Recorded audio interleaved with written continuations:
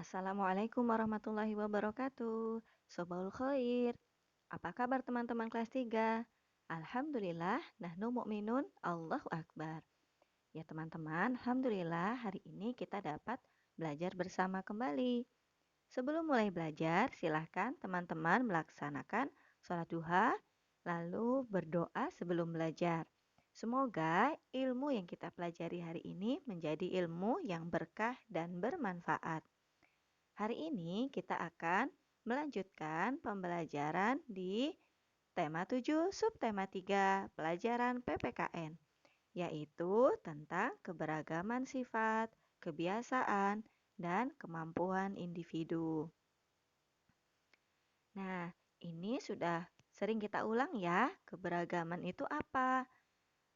Keberagaman adalah perbedaan, berbeda-beda atau bermacam-macam. Seperti pilihan banyak orang saat akan berkomunikasi. Banyak sekali perbedaan. Banyak yang mau menggunakan telepon saja, atau mau menggunakan pesan singkat, atau menggunakan media sosial.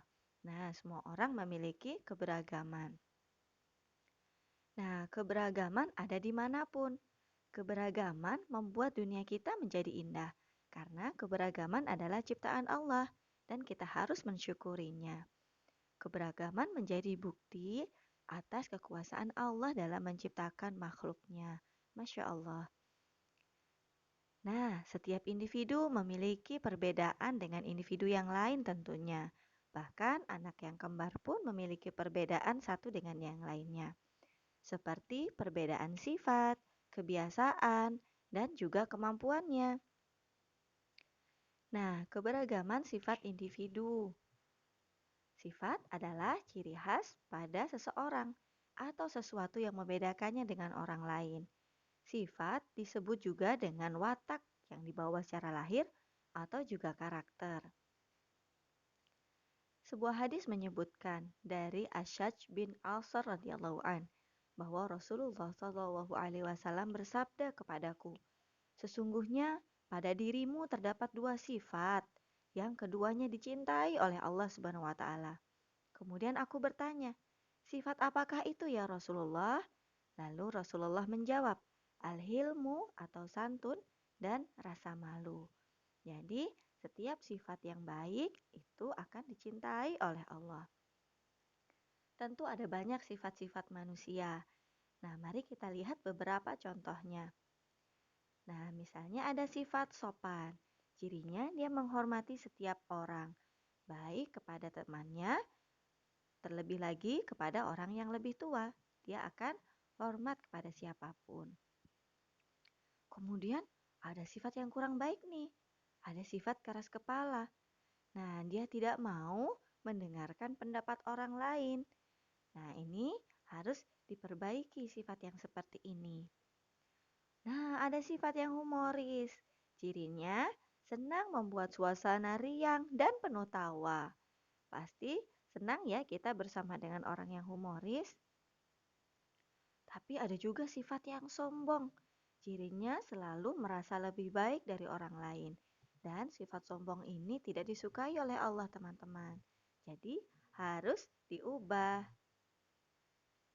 Ada juga sifat rendah hati. Cirinya dia selalu menghargai orang lain. Tetapi bukan sifat rendah diri ya. Kalau rendah diri, dia tidak percaya diri. Dia selalu ragu-ragu dan itu sangat berbeda. Nah, kita harus rendah hati tapi tidak boleh rendah diri. Kemudian ada yang pemberani.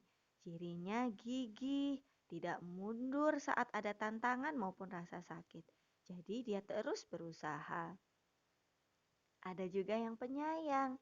Cirinya lembut dan perhatian kepada orang lain. Ini juga salah satu sifat yang dicontohkan oleh Rasulullah Shallallahu Alaihi Wasallam yang selalu penyayang kepada anak-anak, juga penyayang kepada fakir miskin. Masya Allah. Nah, lalu apa sifatmu dan sifat teman-temanmu? Nanti kita akan cari tahu bersama ya. Nah, selain tadi ada keberagaman sifat, ada juga keberagaman kebiasaan. Kebiasaan itu adalah perilaku yang terus-menerus dilakukan oleh seseorang. Jadi setiap hari dia melakukan perilaku itu, sehingga disebut kebiasaan.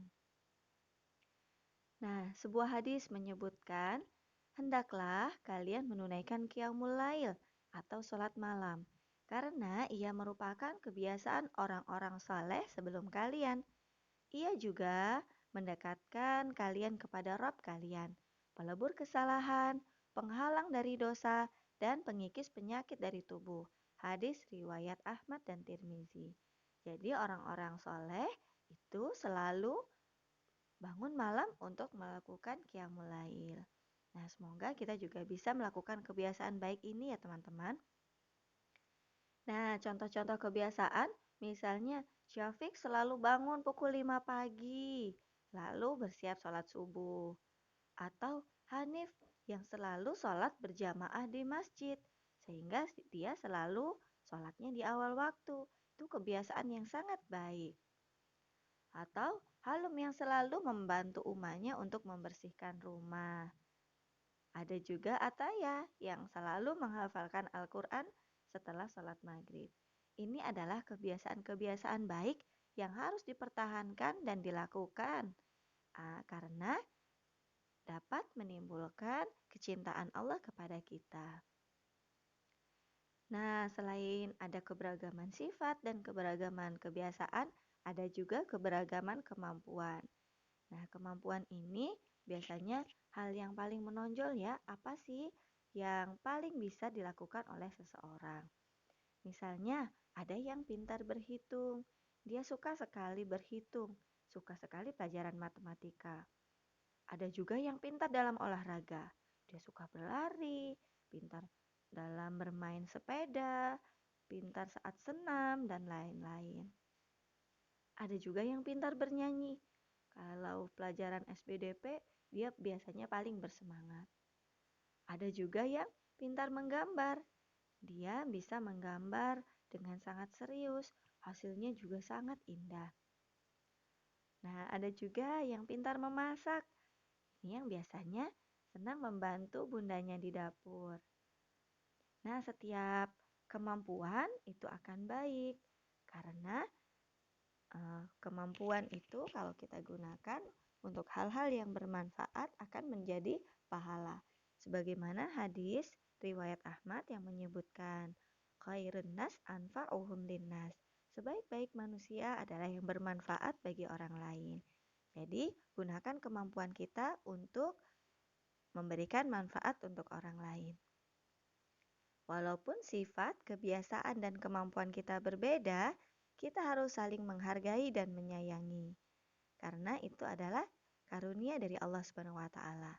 Dan keberagaman juga memberikan manfaat. Di antaranya dapat memperkaya wawasan, dapat membuat kita belajar menerima perbedaan, belajar untuk saling menghormati, belajar untuk saling menerima perbedaan pendapat. Kita juga bisa saling berbagi informasi.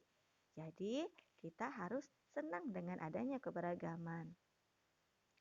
Nah, karena keberagaman merupakan salah satu ciri khas dari negara kita.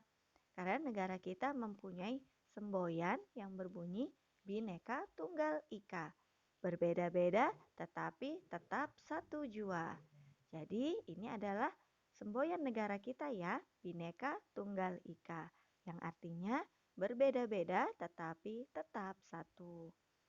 Nah, semboyan ini terdapat pada lambang negara kita, yaitu Indonesia. Lambang negara kita adalah burung Garuda. Dan semboyan Bhinneka Tunggal Ika terdapat pada pita yang dipegang di kaki burung Garuda. Jadi harus kita ingat ya, lambang negara kita adalah burung Garuda. Di dadanya ada lambang-lambang Pancasila. Dan di kaki burung Garuda terdapat pita yang bertuliskan semboyan negara kita, yaitu Bhinneka Tunggal Ika. Nah, itu tadi pembelajaran kita hari ini. Jazakumullah khairan, semoga bermanfaat. Wassalamualaikum warahmatullahi wabarakatuh.